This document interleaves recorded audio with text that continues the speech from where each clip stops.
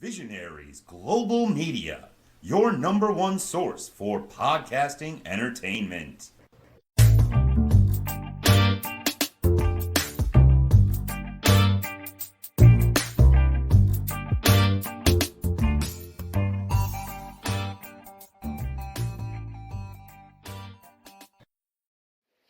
Alright, this is the MGB review of H2o Wrestling.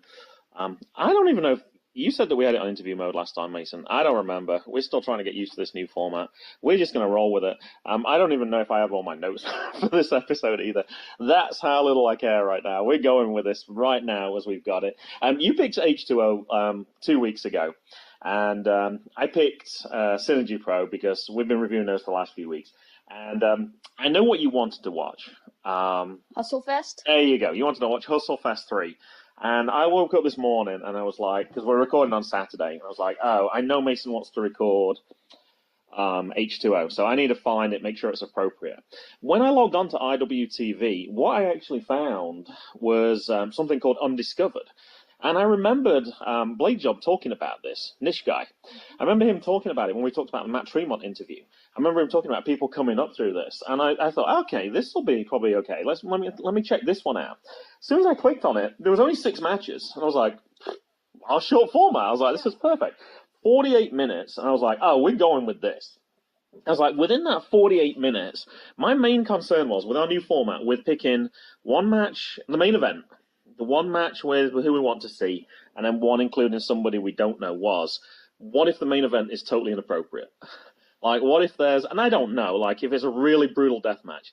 So anyway, I started watching it, and it was fine. It was, I don't think, it certainly wasn't death matches. Yeah, it wasn't. It was, and actually, we'll talk about it, I'm sure, pretty quickly, but after the first match, we saw some kids front row and that, and I was like, this would be a perfect show. Like, this would be a show I would love to take you to. And I thought it worked perfectly. I didn't actually notice, because I actually watched this separately from you, like I said, because I'd watch it ahead of time. I didn't actually notice anything that was even inappropriate for Jackson, to be honest. There was a middle finger, but that was it. He's seen that at shows and before. He knows. He laughs at that. We've got a song that we listen to right now. The Lancashire Hot Pots, they're talking about bad driving on the roads, and he says, the person seen more middle fingers than the person who does Gene's nails. And it was like, he laughs at that. He knows that joke. He knows that's funny. He knows Stone Cold as well. He doesn't like do it inappropriately when it's not supposed to, but he understands that it's kind of funny. So I thought it was okay. So yeah, I was like, no, this is perfect. So I watched most of up to the main event, and I didn't quite catch all of it. And then you came on and watched some, and then we kind of caught up again at the end. So, no, I thought this was actually perfect for us. This is, actually, I should have read the date from this one. This is February 25th, 2019. Mason, let's do the science part first. All right, what is H2O? Water. All right, so you know that part. All right, what is H2O in wrestling? What does it stand for? If I knew this, I'd forgotten it. I'll have to admit. I didn't know. I don't know. I was looking on their website because I was actually looking for, after we watched this, I was trying to find the other episodes. There's about 30 of these episodes as far as I can tell. I've only found 3 of them on IWTV. Actually, a 4th one. There was like episode 26 randomly. I looked on YouTube and they have an occasional match. But I don't know. I don't know if they film all of them or I don't know if they put them out. I was looking on their webpage because I was hoping it was like a streaming service where you could get these. That's how much I actually enjoyed this. I thought it was great. And that's actually where I find this. Hardcore Hustle Organization. Huh. I don't think that didn't sound familiar. What's even the when I've O seen for? it. Organization. Oh. Nice. Good job. Oh, I'm glad I saved that one. Perfect. All right. So the 3 matches we picked then, or I actually picked them because we kind of did this in reverse because actually there wasn't a match after that I was like, ooh, I definitely want to see that match. Because there was a lot of people in here I didn't know. Mainly because this Undiscovered is because it's kind of their first few matches. So it wasn't people, unless they've suddenly shot up in the last year and a half, it would be people that we wouldn't be quite so familiar with. So I picked the 3 matches as, you got to have the first match ever. If it's the first Undiscovered, I was like, we got to have that one no matter what it is, unless it was inappropriate. That was a good thing with 6 matches. I was like, there's going to be 3 we can do anyway. One of them had a CZW World Championship contender in. I didn't know that until the actual match happened, but I was like, that's good enough for us to go with. And the main event, which Jordan Oliver was in as well, so we'll go with those. All right, let's kick off then. Match one, and the real match one is Johnny Jager. I think it's Johnny. Is it Jager? I wrote down Jager. Yeah, versus Marc Angel, although they put Mark A-N-G-E on the caption, and they totally got it wrong, or IWTV said that. Marc Angel, I picked him to look at. I'm the center of attention, Marc Angel, the New Moon Rising United States champion and half of the Brawl Tag Team champions. He has a match actually coming up tonight, Mason. September 3rd, pay your dues, Marc Angel versus Marcus Mathers. I'd never heard of Marcus Mathers, I have to admit. Father versus son, Chapter 2. Ooh, because the first match he got, the father super kicked the son in the face. So these matches are literally 18 months apart? Or have you seen the first one? No, they said it on commentary. So this match is 18 months in the making then? I guess so. I must have missed that part. I heard him mention the son in the match afterwards, but I didn't know they'd had it faced at that point. I also looked up Marcus Mathers as well as soon as I saw that one. Pro wrestler student at the H2o Wrestle Academy. Watch me wrestle every other Monday at Undiscovered for only $5. I mentioned this to you, and I was like, oh yeah, it's only like $5. I'm like, if we lived up there, I would totally want to go and see that one as well. So there's some interesting storylines on this already. This is why I actually wanted to find out more about H2O, because I was like, I'm already buying into H2O already. And I've already literally watched one 50-minute thing.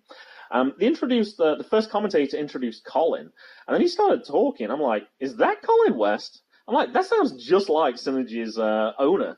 And later on, they did confirm it. Match 4, they did mention after they came back after intermission. Colin West, what do you have to say? I was like, okay, finally proved that one for us. All right, Mason, talk to us about this match. So, Mark shakes Johnny's hand, then Mark slaps him to start off the match. Johnny Shades helps him, give him all the power in the world. And I had this big question. So, you know how you can't, use Royal Rumble as a match in, the independent Because teams? it's a name from WWE, yes. Can you do an RKO and call it an RKO?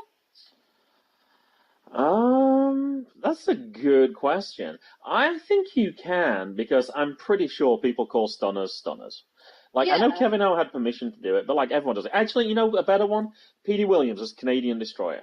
Almost everybody does Canadian Destroyers now. In fact, it's not even a finisher now. People just do it in the middle of matches. That's how much and they still call it a Canadian Destroyer. So I'm going to guess that yes, you can. I'm wondering though if you can trademark those moves. If Petey had come up with that, which he did, I think he must have been the first one. I'm sure he must have been, because you just don't want to say it. Let's suppose you came up with a really good move, and you're like, okay, I wonder if you can. You obviously can't copyright just that move, because there's nothing to stop other people doing wrestling moves. But I'm wondering if you can copyright the name of it. You came up with the Mason Mangler or something. I have no idea what that would be. I have no idea if you can do that. I don't know, but it's kind of like people stealing your talent, I guess. Yeah, because they did an RKO in the match, and you can't just say that it was before Randy Orton because it's his initials. Yeah. I don't know on that one. That's kind of an interesting one. I guess if you have the power to do that move, then why shouldn't you be allowed to call it that? I don't know. I don't see anything. Like the skateboarders, if you can do a move that nobody else can do, there you go. You can call it that and no one else can do it. But for a wrestling move, I don't know the answer to that one. Do you remember Randy's middle name? Oh, gosh. Kenneth. Keith. Close. Close. I had the first letter in the last ones. Have we got a heel cat come to join us? Yeah. She was meowing right as we were about to start recording. I was like, come on, heel cat, come on down. It looks like, is she taking your chair? Yeah, she took my chair. And she jumped up, right? Yeah, and then I put my arm on the armrest, and then she tried to club. I knew she'd get in on the act. And Johnny won with a code breaker off the top rope.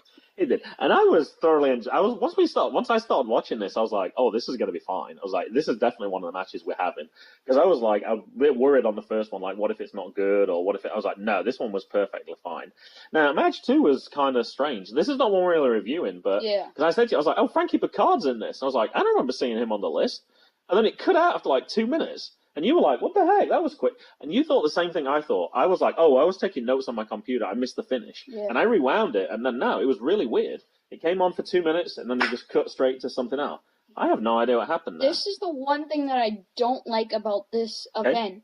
The wrestling was great, but the editing was horrible. There was one other big problem, which I didn't actually notice until probably this next match 3 coming up, because I kind of look down, look up, and then check what's going on. And I kind of listen to a lot of the stuff anyway, and then I'm kind of looking up different people. So what was the other problem, man? The audio was a little behind. It was. So it would be like, there would be a chop, and then you would hear absolute silence, and then they would walk around the ring, and then you would hear a woo!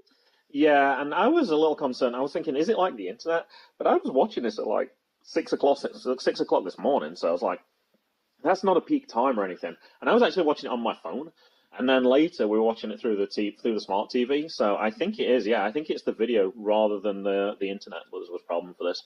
It didn't bother me too much, but it was. If I'd have had to watch a 3-hour version of that, then I think I would have been really bothered. But for 50 minutes, luckily the wrestling was good enough that I could watch it without it. Yeah, and there was a moment where the audio well, not the audio, but the commentator, I don't know if he just stopped mid-sentence. Mm-hmm. Or his audio got cut off because they were talking, and then next second they were talking about a total different topic, and then same thing. Jordan was in the ring in the main event, and then suddenly he was outside the.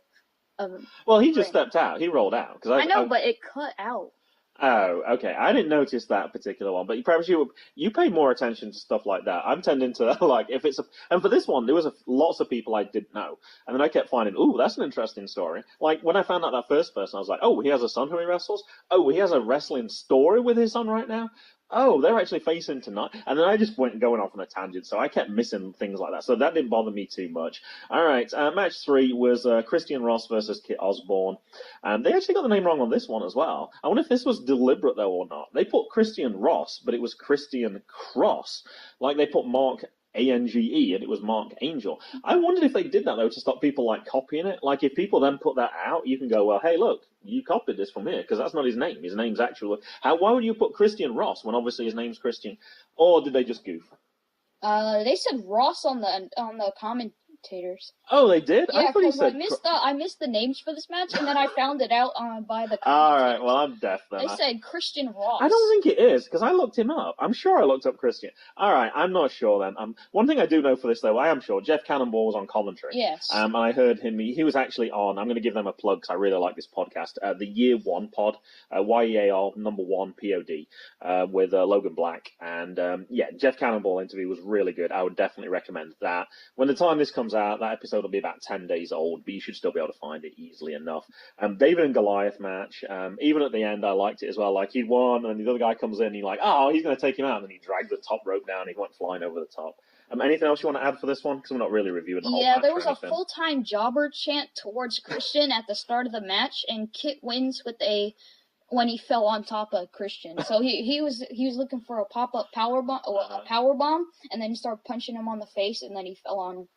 All right, match 4, the one that we did pick then, was Chris Bradley versus Conor Claxton. And like I said, this is kind of out of sequence. I didn't know Conor Claxton at the time, but then once I started looking it up, I was like, oh, this is definitely the one we watch.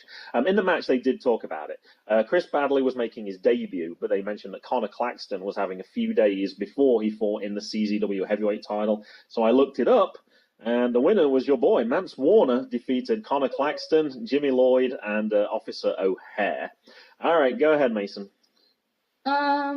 Colin West was on commentary. This is Chris's first ever match, Colin said. Mm-hmm. And Chris Bradley does a suplex, but gets up second. Mm-hmm. Which is not good when that happens, unless they're like, unless they do it like Hulk Hogan when they're all fired up and stuff like that. And the ref is wearing wrestling shoes. Oh, not like the full boots, but like the wrestling shoes. I think they usually wear just regular sneakers. I love that you pay attention to things like that. I would never have noticed that in a million years. I have never looked at a ref's footwear like that. It kind of stood out because it had those like gold colored bottoms. I'm trying to remember because you thought you had the same wrestling footwear as Trish Adora. I did. Oh, okay. She changed boots, though. Oh, that was the story. Yeah. Okay, I couldn't remember what it was. I don't remember what show it was, though. Well, it was the one when we saw her at, it was that last one. It was Butch versus Gore when we were at Primetime Pro. But she was wearing like some, I don't remember. All right, well, next time we watch, and I wouldn't have even thought about it if you hadn't mentioned it then, I want to see that GCW. I want to see Trish Adora versus, I can't remember who it is already, and it's not Sugar Dunkerton. We'll have to pay attention to the footwear, and I'm going to expect an update when we review that match. All right, keep going. I wonder if she still has those shoes. We'll find out. So Conor wins with a discus elbow. What's a discus elbow? Is that like a swinging round? Like, I'm trying. I know this is perfect for an audio podcast. I'm swinging my arm around. Oh, okay. Elbow. Oh, that's a perfect name. Like I said, I didn't pay attention to that. Yeah. I had no idea what the finish was, but just from the definition, I can visualize exactly what that is. Yeah. I love it when wrestling moves make sense. I believe like my cousin does discus. Shot put. Oh no, hammer. I thought it was. I don't know. It's something hammer. Like that. Yeah, actually, I think she's done a few different ones. Actually, Yeah. I think she's gone from one to another because they're all kind of linked together. I used to do the hammer when I was in school. Actually, how do you do that? It's the one where you swing. It's the cannonball. Jeff Cannonball. Like it's on a chain and it's got a handle, and then you swing it around your head a few times. And the last one you kind of half turn around, and then you go and then release it over your shoulder. Oh, that's really cool. That's a concussion waiting to happen. You're in a cage. Oh. They have a cage around you, so if you throw it to the side, then no one gets hurt, or you don't want that behind. While I was at school, I might have told you this before, I actually did see somebody get hit by a javelin. Oh. Yeah, there's that picture. Somebody wasn't when paying somebody attention. when it was stuck in her foot. We've seen a real one as well, but yeah, I was at school when I saw someone doing that. Yeah. They weren't paying attention. I've also seen somebody get hit in the face with a disc. Like what we used to do at recess, there was this big field in elementary, and my fourth grade teacher loved to play disc golf. So after that happened, we would just throw the discs, and then we would run out into the field and get them. But before that, he would throw it, and we would try and catch it. Sure. It tipped the kid's hand, and then it went straight into his face. I had a hockey puck in my mouth once as well. That wasn't very pleasant. It was not a real hockey puck. It was a plastic one. But even so, at that speed, my lip just totally swelled up. It looked like I'd got what is like a peanut allergy or something. My whole face just kind of swelled. That's what happens when you have a peanut allergy? Your face can swell if you have a bit of peanut. Oh, I thought you just couldn't breathe. Well, that's part of it as well. But yeah, your face tends to swell up as well. You look all puffy and stuff. All right, now I did notice for this one, you did want to review Hustlemania 3. I'm not saying we're not going to review that one, but we'll wait for that one for a little bit. Conor Claxton is in there. I did notice that. And what other ones did I see? I guess that might be a little spoiler. I'll tell you who he's facing, so we won't give the result away. He's actually going to face Frankie Picard for the H2o hybrid title. So I think that would be one that possibly would be kind of good. Oh, did I get my dates wrong on this? I've just suddenly realised it said September. We're in October, aren't we? Yeah. I'm so busy now. Oh my gosh. It used to be different when I was teaching. I'd write everything down on the board and I would write the date down. Yeah, that was September 3rd. Today's October 3rd. All right, well, that match happened a month ago then. So I guess that match is already, people might already know the result. They might have even complaining. Hey, that's the wrong. All right. I just looked on this. It said September 12th. And I was like, I already talked about September. All right, so that was one. The only thing I remember is the date of the week because I have different classes, so I have to remember that, but I don't remember what day it is. Yeah, I don't know why I didn't notice that earlier, but that's bad. Third day into October, I didn't notice. One other thing I did see, while I was looking through this, I saw H2o Wrestling posted as well. Just in time for fall, new at H2o Wrestling. Hoodies and more available now at Shop IWTV. They're sweet, $45 on IWTV Shop. They are really nice, actually. Wow. If I hadn't have got those Ugly Duckling ones arrived the other week, I would have been very tempted to actually purchase one of those, I gotta say. Match 5. Devon Moore versus Nothing Face. I don't have anything for this at all. Anything for you, Mason? Yeah, this is Nothing Face's first match also, and Devon won with a diving elbow off the top rope. This was a kind of a short match because I was looking at something and then by the time I looked up, they'd already finished. I was like, oh shoot. I was like, I didn't get anything for that one. But I was like, that's fine because it's not the main match we're reviewing anyway, so I'm perfectly okay with that. All right, match 6 was Austin Luke. This is the main event already. Austin Luke versus Jordan Oliver. Austin Luke, the high-flying heathen. Austin Luke, current student at the H2o Wrestling Academy. First thing that was obvious to me, having seen Synergy recently, is how much Jordan Oliver has bulked up. I know they talked about that Yeah. at the Heat Seekers, I think it was. They said he put on like 25 pounds, 30 pounds during the COVID break to try and beef up. And when I saw him on that was how I remembered him. He was always like super skinny, very agile. And when you look at him now, he's just much more muscular. He looks more of a presence. That was the first thing. Still a total heel character, like he often was. Yeah. Like he's messing around. He's rolling out the ring right at the start. I did see on Austin Luke's page, Austin Luke speaks on his match versus Matt Tremont to Undiscovered 33 on September 21st. This is kind of how I know that they have that many episodes. Hashtag student versus teacher. And Austin actually said in his promo that he cut, Matt Tremont is getting close to retiring, and I'm going to talk about that a little bit more later. But one of his last matches, he only has a few more, he's facing Austin Luke. And Austin Luke's like, man, he's like, that's a huge honor. Like, he's getting so close to retiring. He's only got like a few more matches, and he's going to face me in that one. And like, he trained me. That's just like so cool. So I like the H2O YouTube page. They have a lot of those little videos on there, so you can watch and get a little bit more out of it. All right, go ahead, Mason. What do you got for this match? So these first 4 minutes of this match was painfully boring.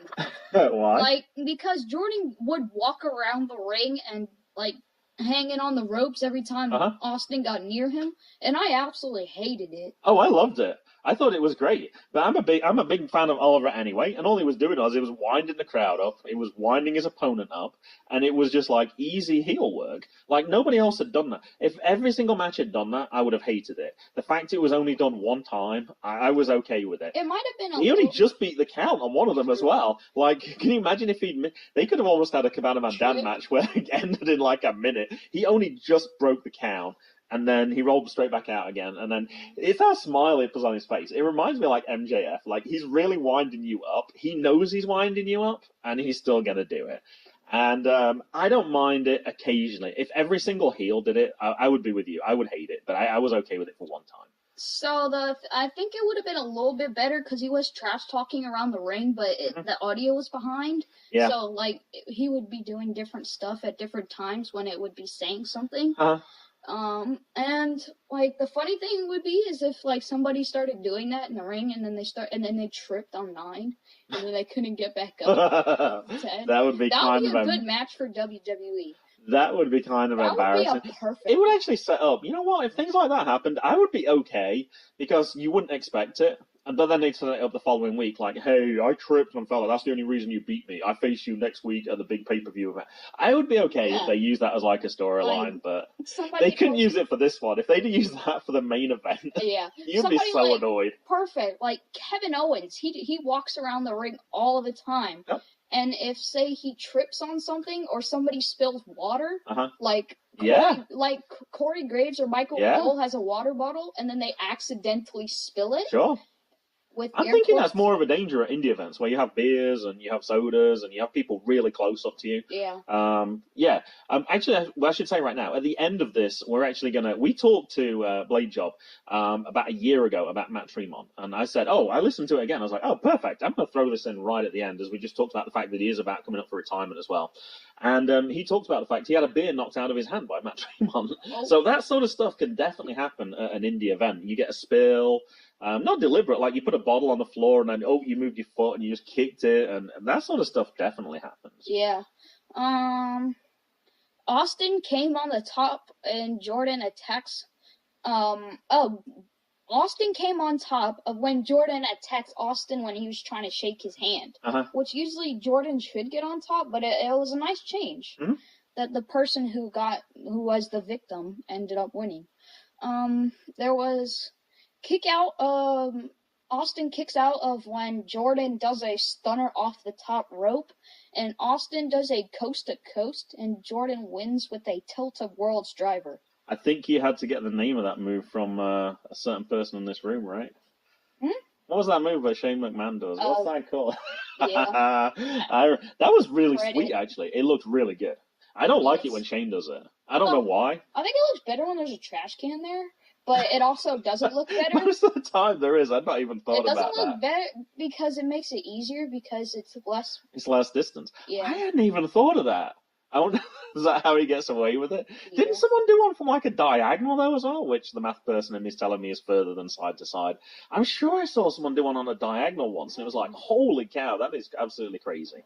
I can't remember who that was how though. many. That would be bad if you did fail though. Yeah, it would look ridiculous. I think you would have to like lean in a bunch too. And you would have to know that off. you would have to know that you could do it. Yes. But yeah, if your foot slipped, then you could end up looking very silly while you tried it. Yes. That's for sure. All right, anything else for this match? No. All right, the only thing that I got then, right at the end, as I mentioned that Austin Luke was facing Matt Tremont, I did notice October 1st, this was tweeted out, retirement party, Sunday, October 25th. So by the time this episode comes out, this will only be less than 2 weeks away. H2o Wrestling in Williamstown, New Jersey, Team Tremendous versus Tremont and Mystery Partner, Rising Star Rumble, Chondo's Concert, 12-man Ultimate Deathmatch Scramble and more. Tickets, only $10. That's a main H2O event. $10. Yeah, 4:30 bell. Let's party. And of course, my immediate thought is like, shoot, let's get up there. And I was like, oh, it's like traveling during COVID, and you got to. Yeah, traveling from state to state is not a good idea, right? Does Maria Manic right still now. fight in H2O? She's on Ring of Honor now. Oh, she is. So yeah, we saw her. Oh yeah. So no, I don't think she. Well, who knows? She might come back for things like that. I don't know what Ring of Honor's deal is with, like, can you still wrestle on the indies? I don't know what their rules are. Jonathan Gresham does. He doesn't wrestle that much now. I think he might be almost retired. I think he's more of a trainer now than a wrestler. So I don't know what the deal is with that. Like, I don't see PCO on the indies. I don't think I've seen him on IWTV anywhere. I'm just trying to pick him. Oh yes. I don't know if he's with them anymore. He's on Impact. Oh. Alex Shelley's on Impact now, so that's another one. I wonder what the rules are for Yeah, that. you don't watch Impact, because I just mentioned Chris Bay, and you're like, who? I was like, he's been on Impact for like 6 months at least now. I know a bunch of Impact stars. Yes, who I've mentioned to you over in the car. Like, hey, I knew Ethan Page before you knew Ethan Page before he joined Impact. That is true. But yeah, wow, what a cool event. And then for that reason alone, as soon as I saw that, I was like, I'm going to have to put on the interview from what we did with Blade Job. It's so old, we actually talk about the Blade Job podcast, which I think has only probably had one episode since we actually recorded this. It's so old, he actually goes by at the Blade Job. So if you do want to listen to him, the socials are wrong at the end. It's now at Nish Guy, where you can follow him. Anything else, Mason? No. All right, boom, let's play the interview. Take it away, Ryan. I believe you're an expert on Matt Tremont. I've met him quite a few times. He knows who I am. Okay. And we talk, frequently on Twitter. I haven't seen him in a while because ever since he started H2O, he hasn't been going to Beyond shows. Yeah. So I haven't seen him in, I think the last time I saw him was New Year's, maybe Rana last year. I'm trying to think. Whenever the barbed wire match with David Starr and Joey Janela, that's the last time I saw him. So I think that was New Year. I think you're right. I think because I was actually talking to Mason about that. He was asking me about which death matches had he seen, and I mentioned the David Starr match. Well, he thinks that they're death matches, and I was like, certainly they're more violent than what you see on WWE, but I wouldn't class it as a death match per se. Yeah, I wouldn't classify barbed wire match as a death match. It definitely is part of the death match formula. Sure. Where obviously they'll barbed wire matches, but then they kind of take it one step further. I usually categorize death matches when you get really over the top spots. Usually if there's glass involved, I automatically death match for me. Mm-hmm. And like, if you saw the 10th anniversary of Beyond with the skewer, or the needles through the cheek, that's definitely death matchy. And they had forks attached to a shopping cart for some reason. Oh, wow. Now, the reason I'm asking you is I recognize the name. I recognize, like, CZW. I recognize, like, H2O. I didn't know he wrestled in GCW. I was wondering if you could give us any wonderful insight, then, about Matt Tremont that we can either add your voice into the podcast or anything that you could throw for us that would be interesting to our listeners. I mean, Tremont is, in my opinion, the godfather of modern deathmatch wrestling. I mean, obviously, he was inspired by guys like Terry Funk and guys like Mick Foley and the kind of stuff they were doing in Japan and they were doing in ECW. Tremont has, for the most part, been a deathmatch wrestler the majority of his career. You can go and find matches where you've got a little baby-faced Matt Tremont going through light tubes, going through barbed wire boards, that kind of stuff. My biggest point of respect for him is and I hate to maybe break kayfabe on him a little bit. He's a nice guy. He's just a he's soft-spoken. He's well-spoken. He's, when you have that idea in your head, and it's an idea that I hate about what a deathmatch wrestler is. A lot of people think someone like Nick Gage, and he could be farthest from. I mean, he's a friendly guy. I've never had a bad experience with him, and he respects the art of deathmatch wrestling enough where he created H2o. He created his own promotion, and within a year, he also launched a sister promotion, no pun intended, WH2O, and is the Women of Hardcore Hustle organization. The matches that they put on are fantastic because it's not all just straight deathmatch. There's a lot of really good wrestling happening at the same time. He runs his own wrestling academy, the H2O Wrestling Academy, while running 2 promotions. And they also, every Monday or Wednesday, I can't remember, blank on me, they actually do similar to what Beyond Wrestling does with their Discovery Gauntlet. They do up-and-comers, no-namers, just they give them a chance to wrestle, and then they release it on YouTube to hopefully get these individuals' names out there. A gentleman that I consider a friend by the name of Johnny Nova, who's from Pennsylvania, recently was featured on H2O's YouTube channel at an Undiscovered event, and he does a lot for the business. Not just deathmatch. I mean, the guy cares. The guy definitely he loves the business more than a lot of people that I've come across. I think Tremont is probably my favorite guy who was never huge. Never Big Four, never, WWE, ECW, WCW, TNA, Ring of Honor. He's always just kind of done his own thing. And I think he also runs his own wrestling memorabilia store in New Jersey. So, I mean, the guy stays busy. The guy works, and he earns it, and he puts his body on the line for us. And Tremont is fantastic, in my opinion. Probably, like I said, my favorite wrestler who never got the chance to go to the big stages. Sure. I thought I saw, because we actually when we reviewed episode 2, we actually mentioned somebody who, it was some quote on Twitter, and it said it was his last match in CZW. This was 2018. I went back and looked on Cage Match or whatever for a list of events. It looks like he's still wrestling. It looked like there was 6 events. I don't know if he's just on a much lower scale, or if he's focusing more on promoting. I don't know if you have any insight on that. Obviously, just looking at a website of a list of matches, you can't really tell anything. Well, that's pretty much what happened. Is he wanted to spend more time. Once again, I feel bad, kind of putting words in his mouth. But from what I understand, what I saw on Twitter and things like that, he wanted to kind of focus on his promotion. So he did. He steps away from CCW. He did make a return though, and he kind of he doesn't show up as often at other shows anymore now that he runs H2O. Like I said, he was a mainstay at Beyond for a long time. I mean, I've seen him wrestle Matt Riddle. I've seen him wrestle. Actually, I've seen him wrestle Matt Riddle a couple of times. Which is, you look at Matt Riddle in NXT, and you don't see him doing barbed wire matches, But Tremont was that.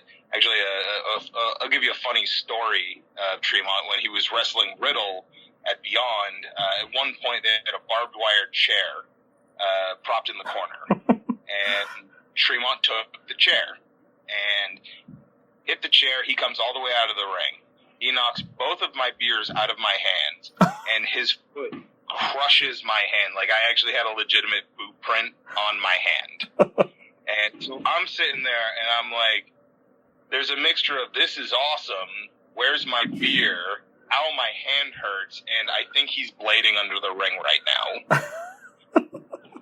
He comes up covered in blood, gets back in the ring, the match continues. I happen to mention, take a look at my hand to someone. And Mr. Denver, Colorado, from Beyond Wrestling, immediately comes over because he's thinking a fan got hurt. Yeah. And I'm like, no, man, I'm good. I'm fine. Don't worry about it. I'm good. And I brought it up to Tremont at one point, and he was very apologetic. And I just said, look, man, I know the risk when you're at a show when there's no barricades. I mean, if someone comes flying out of the ring, you get out of the way, and I didn't get out of the way. Yeah. Simple, end of story. And I would say that story is worth the price of a beer. Yeah, no, I agree. I've stopped drinking at this point, so I mean, if Tremont hears this, if he could buy me a Red Bull, I mean, that'd be great. Love Red Bulls. But yeah, he was also for the David Starr, Joey Janela barbed wire match at Beyond Wrestling. He wasn't wrestling that night, but he was there, and he actually helped them set up the barbed wire. Yeah. Something he's very familiar with. So I thought that was neat, and I actually have a picture somewhere. I think I posted it on Twitter at one point that just said, I want someone to look at me the way Matt Tremont looks at barbed wire. And he's just got this look on his face like he's proud of his work.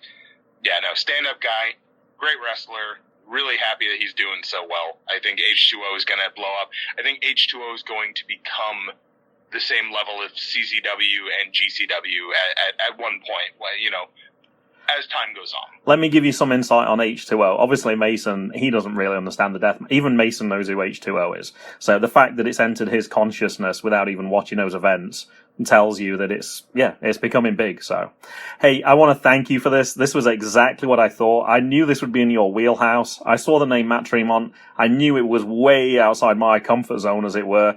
I'm getting better on stuff like that, but I knew I wouldn't be able to come up with anything. But as we were talking to you anyway today, I thought it would be the perfect time to ask you about it. Hey, why don't you give us all your details about how to find you on Twitter, how to find a Blade Job show, and all that wonderful social media stuff. So you can follow me and the show, because we are one and the same, at the Blade Job Show on Twitter. We're on Facebook, facebook.com/thebladejob. We're on YouTube, all the major podcasting apps. We're on Google, we're on iTunes, Stitcher, iHeartRadio, Spotify, and you can pretty much usually just find us on Twitter starting fights because it's funny. And people like to take things way too seriously, and they just need to remember pro wrestling is supposed to be fun. So why don't we just enjoy it? All right. Thank you so much. I know you're in your sickened state today, so we're going to let you go back to your bed. But once again, thank you so much, Ryan. Of course. Anytime. It's goodbye from me. And it's goodbye from me. And it's goodbye from them. Goodbye.